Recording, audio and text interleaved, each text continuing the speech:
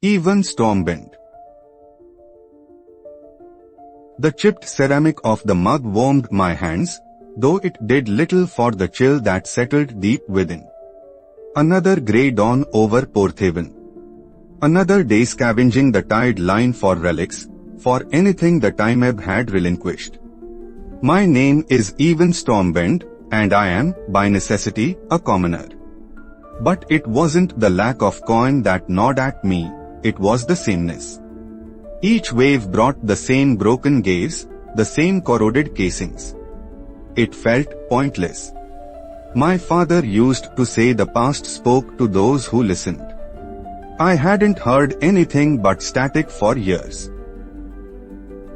The object wasn't metal, wasn't ceramic. It was organic. Half buried in the sand, pulsing with a faint, internal light. A seed, perhaps, or a bulb, but larger than any I'd ever seen. When I touched it, a jolt, not painful, but resonant. Then, the visions. Not clear images, but fragments. A city of glass, birds that sang in colors I'd never imagined, faces filled with a joy I hadn't known existed. The time ebb rarely released anything alive. This changed everything. Old man Hemlock, the town's self-proclaimed historian, nearly choked on his pipe when I showed him. He didn't recognize the material, didn't recognize the glyphs etched around its base, but he knew someone who might. A woman named AIart, living in the abandoned Clockworks district. She'd been ostracized for her eccentric theories about the time ebb not being random, but directed. Hemlock warned me to stay away. Said AIart was touched by the currents, unstable. But the seed, it felt important. It felt like a key. The Clockworks district was a labyrinth of rusted gears and shadowed alleyways. AIart lived amongst them, a small figure surrounded by towering machinery. It was dangerous, venturing this far from the town, but the visions lingered, a promise of something more. The seed hummed against my palm. I had to know what it was, what it meant. I had to risk the town's disapproval, maybe even their anger, to find out. To ignore it would be to return to the grey sameness I so desperately wanted to escape. AIart didn't offer tea or greetings. She simply took the seed, her fingers tracing the glyphs with a knowing touch. A Kronos bloom, she said, her voice raspy with disuse. A seed from a time before the rupture. They were thought lost. She explained that the time ebb wasn't just a force of erosion, but a carefully controlled flow, overseen by the chronomasters, a group who had vanished centuries ago. This bloom, it's a beacon. It calls to them. She became my mentor, guiding me through forgotten texts and dusty diagrams, unveiling a history the town had deliberately buried. We tried to cultivate the bloom, to understand its power.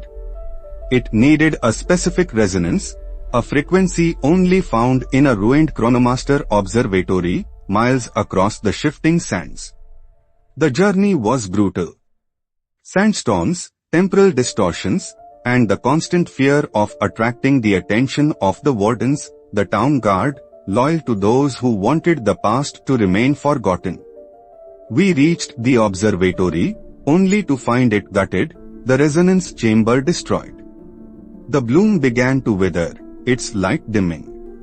AIart collapsed, weakened by the journey and despair. I felt I had failed, that my hope was as barren as the sands surrounding us. AIart, even in her weakness, wasn't defeated. She pointed to a hidden chamber beneath the observatory, a chamber protected by a complex temporal lock. The wardens aren't protecting the past, she whispered. They're suppressing it.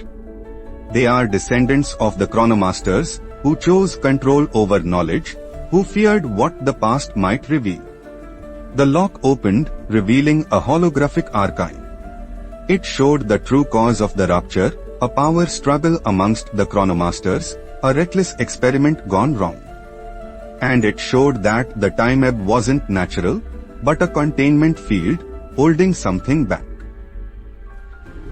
The wardens arrived, led by Captain Veridian, a man I'd known all my life.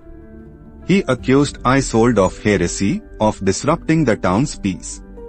But I knew the truth. I activated the archive, broadcasting the holographic record to the entire town. Veridian ordered his guards to silence me, but the townspeople, awakened by the truth, intervened. A struggle ensued, amidst the ruins of the observatory. I faced Veridian, not with strength, but with the weight of history, with the proof of their deception. He faltered, his conviction crumbling as the town turned against him. The time ebb hasn't stopped, but it's no longer a mystery. The town is rebuilding, not just structures, but its understanding of the past. AIart has become a reluctant teacher, guiding us through the recovered archives. I still scavenge the tide line, but now I search for knowledge, not just relics. I am still a commoner, but I am also a keeper of stories, a bridge between what was and what might be. The seed, nurtured by the town, has bloomed, a vibrant beacon of hope against the grey horizon. It showed me the past wasn't something to be feared, but something to be learned from, and perhaps even changed.